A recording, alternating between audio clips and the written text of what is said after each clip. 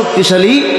আমাদের বর্তমান সময়ের তো দূরের কথা, ওই সময় বনী ইসরাইলদের ওই সময়কার একজন সাধারণ মানুষের গায়ে যে শক্তি ছিল, আমাদের বর্তমান সময়ে 40 জনের গায়েও অত শক্তি নেই। আল্লাহু আকবার বললেন না? ওই সময় বনী ইসরাইলদের সাধারণ একজন যুবকের গায়ে যে শক্তি, বর্তমান সময়ে আমাদের 40 জন যুবকের গায়ে অত শক্তি নেই। এবার আসুন, ওই সময়কার বনী ইসরাইলদের 10 জন শক্তিশালী যুবকের চেয়েও বেশি শক্তি ছিল মুসা আলাইহিস সালামের গায়ে। সুবহানাল্লাহ পড়ে। প্রমাণ কি? প্রমাণ হচ্ছে হযরত মুসা আলাইহিস সালাম ফেরাউনের কবল থেকে বাঁচার জন্য চলে গেলেন মাদিয়ানে। একটা গাছের নিচে বসে আছেন, পাশে ছিল কুয়া। কুয়ার মুখের উপরে একটি বিরাট পাথর দিয়ে মুখটা ঢেকে রাখা হতো। যেই পাথরটা উঁচা করার জন্য 10 জন যুবক লাগতো। সুবহানাল্লাহ পড়েন। কয়জন? 10 জন যুবক মিলে পাথরটা সরাইয়া এরপরে তাদের পশুদেরকে পানি পান করাতো। মুসা দেখলেন 2 জন মেয়ে দাঁড়িয়ে আছে, পানি পান করাইতে পারে নাই। মুসা বললেন, তোমরা কেন দাঁড়িয়ে আছো? তারা বলল, আমরা নবীর কন্যা, আমাদের নবী শিখিয়েছেন, আমাদের পিতা আমাদেরকে শিখিয়েছেন পুরুষ আর মহিলা কখনো একাকার হয়ে চলতে পারে না, পুরুষের সাথে মহিলারা কোনো কাজ একসাথে করতে পারে না, এজন্য আমরা আলাদা হয়ে দাঁড়িয়ে আছি, পুরুষদের সাথে যাই নাই। কেন তোমাদের পিতা না এসে তোমাদেরকে পাঠালো? তারা বলল, আবু না শাইখুন কাবীর, আমাদের পিতা তো অত্যন্ত মুরব্বী মানুষ, চলতে পারে না, এই কারণে বাধ্য হয়ে আমরা এসেছি। আমার ভাইয়েরা, কথাটা বলার আগে একটু শিক্ষা নেই আমরা। সেটি হচ্ছে, পুরুষ আর মহিলা ফ্রি মিক্সিংয়ে যে চলাফেরা, এটা আল্লাহ পাক রব্বুল আলামিন নিষেধ করেছেন। ঠিক কিনা জোরে বলেন? পুরুষ আর মহিলা একাকার হয়ে যেখানেই চলা হবে সেইখানে ফিতনা শুরু হয়ে যায়।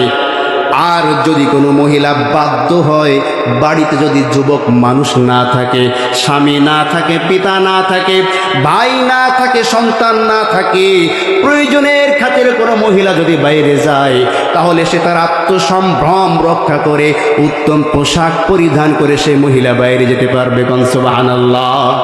আমার ভাইরা, মুসা আলাইহিস সালাম এই কথা শ্রবণ করার পরে ওই যে 10 জন মিলে একটা পাথর উঁচা করতে হয়, মুসা একাই ওই পাথর উঁচা করে ফেললেন। আল্লাহু আকবার বলেন। পানি যখন পান করানো হয়ে গেল, মুসা একাই সেই পাথর উঁচা করে আবার সেইখানে লাগিয়ে দিলেন। আল্লাহু আকবার বলেন। কোন সময়? যেই সময় মুসা আলাইহিস সালাম 7 দিন 7 রাত না খেয়ে পালিয়ে এসেছিল। 7 দিন 7 রাত একজন ব্যক্তি যদি না খেয়ে থাকে, মনে করে যে আমি যদি না খেয়ে থাকি 3 দিন পরে বিছানাতে উঠতে পারবো না। কথা বলছেন না কেন? 3 দিন যদি না খেয়ে থাকি, আমার খুঁজে পাইবেন আপনারা?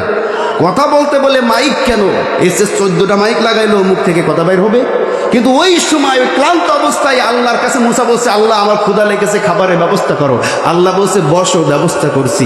ওই ক্লান্ত অবস্থায় 10 জন যুবকের শক্তি দিয়া একা যদি পাথর উঁচা করতে পারে, তাহলে বোঝা যাচ্ছে 10 জনের চাইতেও বেশি শক্তি তার ছিল। ঠিক নজরে বলেন। আচ্ছা, তাহলে 10 জন যুবকের শক্তি যদি ওই সময় মুসা আলাইহিস সালামে থাকে, ওই সময়কার 10 জন, আমাদের সময়কার 40 জন আর তাদের একজন, তাহলে এবার বলেন তো কতজন যুবকের শক্তি মুসা আলাইহিস সালামের গায়ে ছিল? 400 যুবকের শক্তি। আল্লাহু আকবার বলেন। 400 যুবকের শক্তি ছিল মুসা আলাইহিস সালামের গায়ে। এই মুসা আলাইহিস সালাম 40 জন রে কইছে, তোমরা আমার পিছনে পিছনে আসো। উনি পাহাড়ের উপরে দৌড়াইতে দৌড়াইতে আগে উঠে গেছে, এরা তো উঠতে উঠতে হাঁপিয়ে গেছে। কথা বুঝছেন নাই? দেখবেন যারা হজ করতে যায়, হজ করতে গেলে পাহাড়ে ওঠে না, হেরা গুহায় ওঠে না, অনেকে কিন্তু পাহাড়ে ওঠে, হেরা গুহায়, যেখানে আল্লাহ নবী সাল্লাল্লাহু আলাইহি ওয়াসাল্লাম আল্লাহকে তালাশ করার জন্য ইবাদত করতেন। তা যারা আফ্রিকার বড় বড়, ওই যে দেখেন না কালো, অনেক উঁচা, আমাদের চাইতে প্রায় 1 হাত লম্বা, এরা কিন্তু ওই পাহাড়ের উপরে দৌড় দিয়ে উঠে যায়। আর আমরা বাঙালিরা পাহাড়ে উঠতে গিয়ে 3 জায়গায় বৈশা 3 বার পানি খাই। কথা বলছেন না কেন? আমার ভাইয়েরা, ঠিক তেমনি ভাবে হযরত মুসা আলাইহিস সালাম আল্লাহর আহ্বানে সাড়া দেওয়ার জন্য আল্লাহর পক্ষ থেকে ডাক পাওয়ার সঙ্গে সঙ্গে পেছনে 40 জনের কথা তিনি ভুলে গিয়া দৌড় দিয়া চলে গেলেন তুর পাহাড়ে। এরা পাহাড়ে উঠতে গিয়া কষ্ট হয়ে গিয়েছে, জিরানোর জন্য বসেছে। ওইদিকে আল্লাহ পাক বলছেন, কেন তুমি এত তাড়াতাড়ি আসলা? সুবহানাল্লাহ বলেন। তুমি তো ওদেরকে নেতৃত্ব দিয়ে নিয়ে আসছো, তার মানে তোমার উচিত ছিল তাদেরকে আগে পাঠানো, তুমি পিছিয়ে আসতা। ঠিক কি নজরে বলেন? যদি কোনো ব্যক্তির নেতৃত্বে কেউ চলে, তাহলে তার উচিত তাদেরকে পথ দেখিয়ে এমনভাবে পথ দেখানো সঠিক গন্তব্যস্থানে শেষ তাদের সাথে যেতে পারে, কিন্তু তুমি তাদেরকে সাথে না নিয়ে কেন আগে আসলা? আল্লাহু আকবার বললেন না? আমার ভাইয়েরা, মুসা আগে চলে যাওয়ার কারণে আল্লাহ পাক রব্বুল আলামিন বলেন, ওয়ামা আ'জালাকা আন কওমিকা ইয়া মুসা, ও মুসা তুমি তাদেরকে সঙ্গে কেন না এনে আগে আগে কেন আসলা? মুসা আলাইহিস সালাম জবাব দিচ্ছেন, ক্বালা হুম উলাই আলা আসরি ওয়া আজিলতু ইলাইকা রাব্বি লিতারদা। জোরে বলুন আল্লাহু আকবার। রব্বুল আলামিন হুম উলাই আলা আসরি, আমি তো দেখলাম যে ওরা আমার পিছনেই আছে। কই তাকিয়ে দেখো, তুমি তাকিয়ে দেখে একটাও নেই। কথা বুঝলেন? আল্লাহ ওরা তো পিছনে, কই দেখো তো, কই পিছনে দেখে যে কেউ নাই। মানে উনি উপরে, ওরা সব কোথায়? নিচেই, পাহাড়ের নিচেই থাকলে উপরের কথা কিছু শোনা যায়? শোনা যায়? শোনা যায় না। এবার মুসা বলছে, আল্লাহ আল্লাহ তুমি যে আমার ডাক দিয়েছিলে, আমি তো তোমার সাথে কথা বলার জন্য পাগল, আর তোমার হুকুম তামিল করাই তো আমার উদ্দেশ্য। আল্লাহু আকবার বলে। তুমি যখনই বলেছো মুসা তাড়াতাড়ি আসো, আমি তাড়াতাড়ি তোমাকে সন্তুষ্ট করার জন্য বলছে রব্বি লিতারদ, আল্লাহ আমি তোমাকে সন্তুষ্ট করার জন্যই দৌড় দিয়ে চলে এসেছি। আল্লাহ আমি ওদের কথা ভাবার সময় পাই নাই। আল্লাহু আকবার বলেন।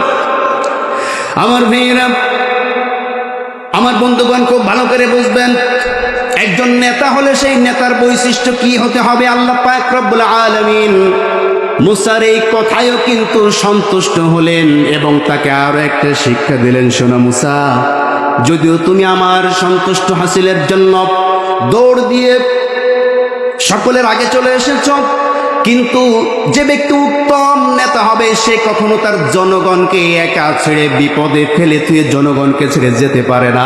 জনগণকে যেখানে যাবে সঙ্গে করে নিয়ে যাবে। এইটাই হচ্ছে একজন আদর্শিক নেতার বৈশিষ্ট্য। কথা বলেন ঠিক কিনা? আমার ভাইয়েরা, জনগণকে তুমি পথ দেখিয়ে নিয়ে যাবে, জনগণ বিপদে পড়লে জনগণের পাশে তুমি দাঁড়াবে। এইটাই হচ্ছে আদর্শিক নেতার বৈশিষ্ট্য। ও মুসা তুমি তো ভুল কাজ করে ফেলেছ।